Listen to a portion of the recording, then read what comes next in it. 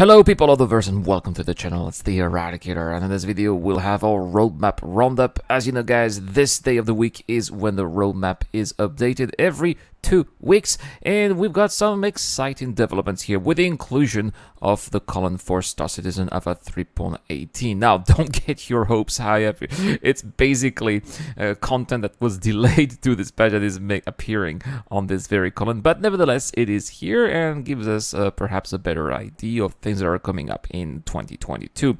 Let's remember that this month I got an amazing giveaway on this channel, guys. All you have to do is to subscribe to this channel and answer the giveaway related question for a Mercury Star Runner given by Dr. Forbin. Shout out to Dr. Forbin. Also on Discord, if you're a Patreon or a Join Button member, you should have access to the Discord channel where we're giving away a Crusader Ares Ion and an 85X. Thanks again to Dr. Forbin and Max Power. Guys, let's talk about the roadmap here.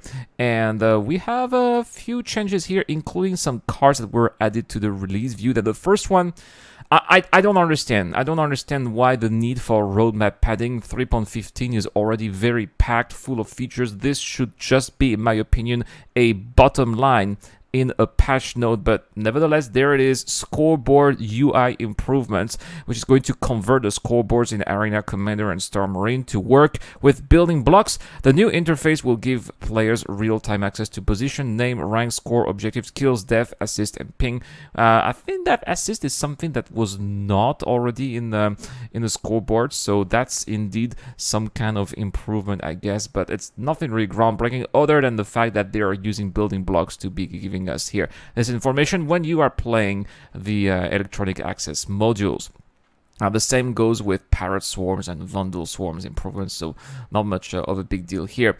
Now, also, we have a couple of items that have passed their final review and are coming up in 3.15. These are committed now, so they are in blue, which includes the actor feature personal inventory, which is something that they've been talking about, right? It's basically our backpack and everything that we are carrying being linked to iCache, so it's not going to magically disappear, or it's not going to be put in a magical pocket in your armor. It's all going to be physicalized, and basically that is the feature that's going to force you to take whatever you need when you are going out in your adventures in the verse, and the things that you don't need, you won't be able to carry them. You will have to find a storage place somewhere, perhaps your ship or perhaps your hangar in the future, right?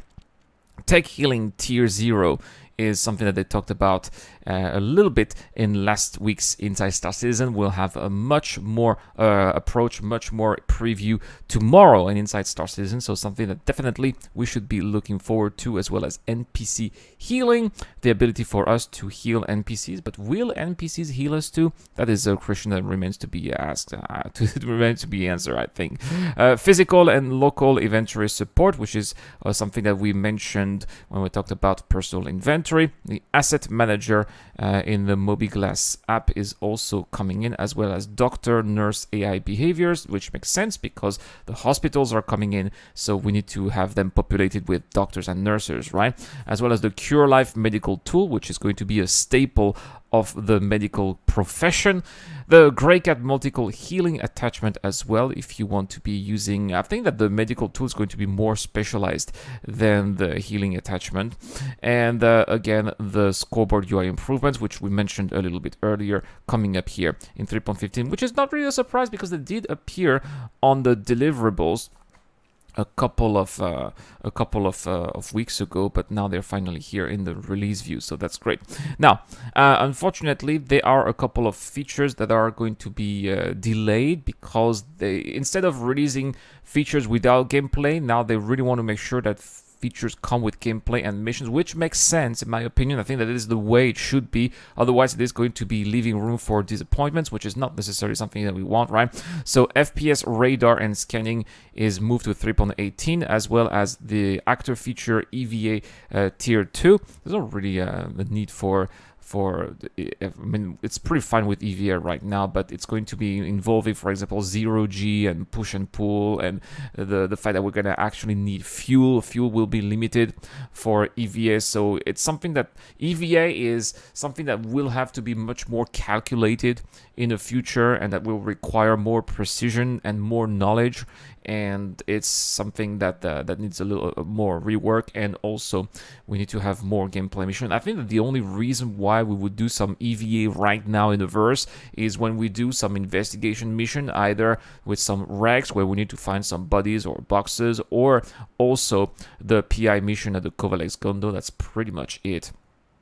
Also, hacking is moved to 3.18, and some features also have been temporarily removed because they want to reschedule them. The first one is cutting tier 2. I think that this is a loss. We need to be able to cut doors or items in the verse, especially for piracy. The ability to cut hulls and enter a ship to then be able to hijack it is going to be a very exciting feature, especially when trade will be profitable and exciting again. Then that is going to appeal to a lot of pirates, of course, and we're going to have to rely on security. And cutting tier 2 is one of those features that are going to make all of these types of gameplay a reality. As well as weapon charge and drain tier 0 take. Oh no, what a shame.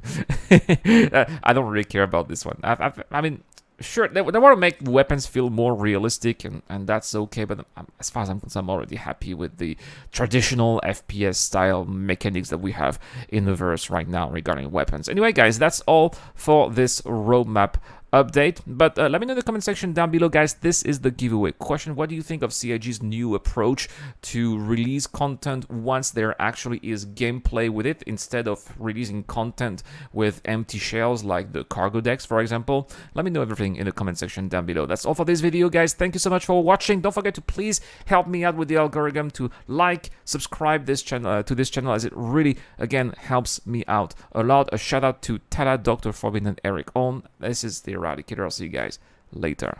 This video is brought to you by the people who support this channel on Patreon and via the join button as well. Supporters of the channel get access to lots of cool perks, such as access to my private Discord, your question answered in the show, you get to know when I'm going to play, and also you get to have a chance to influence the editorial line of the channel. Any help is appreciated, starts at just $1 a month. Thank you very much for watching. This is the Eradicator, and I'll see you guys later.